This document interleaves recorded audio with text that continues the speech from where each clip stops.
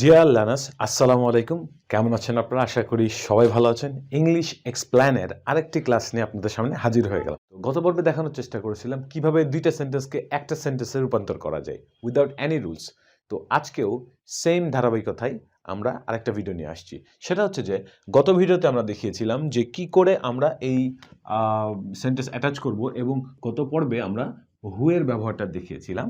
আজকে আমরা হোমের ব্যবহারটা দেখাবো। ঠিক আছে?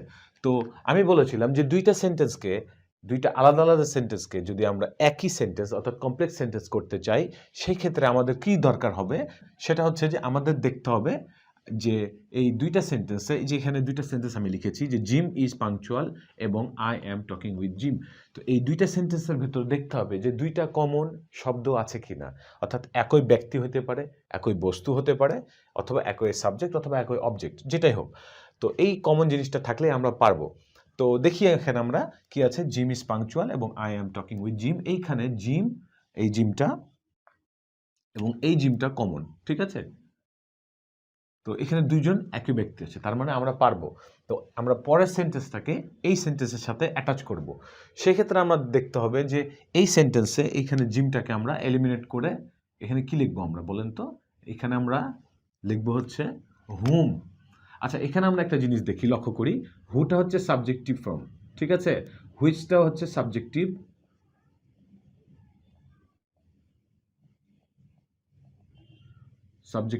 এবং হোমটা হচ্ছে অবজেক্টিভ, এবং দ্যাটটা হচ্ছে সাবজেক্টিভ এবং অবজেক্টিভ, দুটাই হতে পারে, ঠিক আছে? অর্থাৎ হু সাবজেক্টে আমাদের বসাইতে পারবো, হুইচটাও সাবজেক্টে বসাতে পারবো, কিন্তু হোমটা হবে অবজেক্টে।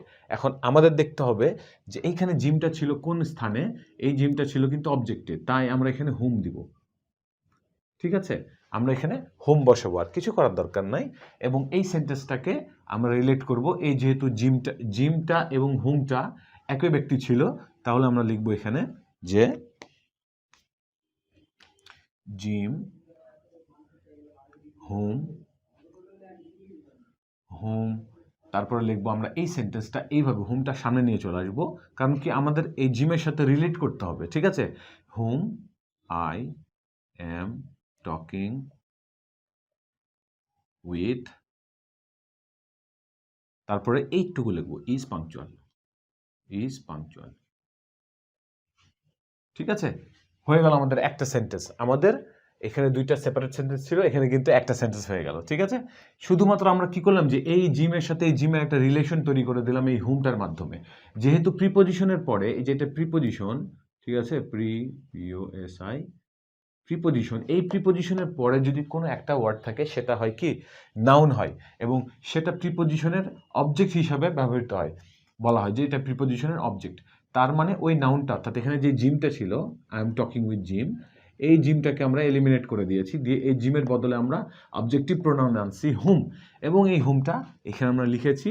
এবং তারপরে পুরো সেন্টেন্সটা, এই পুরো সেন্টেন্সটা লেখার পরে আমরা কি করলাম, ইজ পাংচুয়াল দিয়ে আমাদের পুরো সেন্টেন্সটা হয়ে গেল। তার মানে এই সেন্টেন্সটা আমাদের একটা কমপ্লেক্স সেন্টেন্স হয়ে গেল। এখানে দুইটা সেপারেট সেন্টেন্স থেকে আমরা একটা সেন্টেন্সে নিয়ে চলে আসলাম, ঠিক আছে? এর থেকে আর সহজ নিয়ম হবে না। তারপরে আমরা একটু দেখি 2 নাম্বার কি দিয়েছি, the boy never tells a lie এবং I am fond of the boy. এখানে কিন্তু দুইটা সেন্টেন্স, ঠিক আছে? তাহলে আমরা দেখি এখানে কি কি আছে। দ্য বয় এখানে, ঠিক আছে, এবং I am fond of the boy, এখানে দি বয়, এই দুইটা কিন্তু সেম। এখন আমরা কি করব যে এই সেন্টেন্সটাকে এটার সাথে অ্যাটাচ করে দিব, অথবা এই সেন্টেন্সকেও এটার সাথে অ্যাটাচ করে দেবে, তাতে কোনো সমস্যা নাই। যেহেতু আমরা হোমের ব্যবহার দেখব, তাই আমরা এই সেন্টেন্সটাকে অ্যাটাচ করব। তো এখানে আমরা দেখি যে এখানে আমরা কি করব, এই দি বয়ের বদলে আমরা কি করব, এটা প্রিপোজিশনের পরে যেহেতু আছে এই নাউন ফ্রেজটা, তার মানে এটা প্রিপোজিশনের অবজেক্ট, ঠিক আছে? এটাকে আমরা কি করব, এলিমিনেট করে দিব, বাদ দিয়ে দিব। বাদ দিয়ে আমরা এখানে লিখবো হোম, যেহেতু এটা অবজেক্ট ছিল এখানে, আমরা এই অবজেক্টিভটা লিখবো, হোম, হোমটা লিখবো, ঠিক আছে? এই হোম লেখার পরে আমরা কি করব, এই হোমটাকে এই সেন্টেন্সের শুরুতে নিয়ে চলে আসবো এবং রিলেশন করে দিব কার সাথে, দা বয়ের সাথে, ঠিক আছে? তাহলে এভাবে লিখবো দি বয়, দি বয়, তারপর লিখবো হোম, হোম, তারপর লিখবো I am fond of, I am fond of, তারপরে এইখান থেকে লিখবো নেভার টেলস এ লাই, এইটুকু, ঠিক আছে, নেভার টেলস আ লাই, ঠিক আছে। এই তো হয়ে গেল আমাদের কমপ্লেক্স সেন্টেন্স, ঠিক আছে। তো এইভাবে কিন্তু আমরা সাধারণত সিম্পল থেকে কমপ্লেক্স, মানে অর্থাৎ সিম্পল দুইটা আলাদা আলাদা সিম্পল সেন্টেন্স থেকে আমরা কমপ্লেক্স সেন্টেন্স তৈরি করতে পারি, ঠিক আছে। তো এর থেকে আর কোনো সহজ নিয়ম কোনো বইতে নাই, ঠিক আছে। এই নিয়মটি জানার জন্য আমাদের কি করতে হবে, একটু বেশি বেশি করে অবজার্ভ করতে হবে ইংলিশ সেন্টেন্সগুলো, একটু রেগুলার প্র্যাকটিস করতে হবে, ঠিক আছে। আপনারা দুইটা এমন সেন্টেন্স তৈরি করুন যেটা সাবজেক্ট অথবা অবজেক্ট একই রকম, এবং অ্যাটাচ করার সময় দেখবেন যে কোনটাকে অ্যাটাচ করছেন।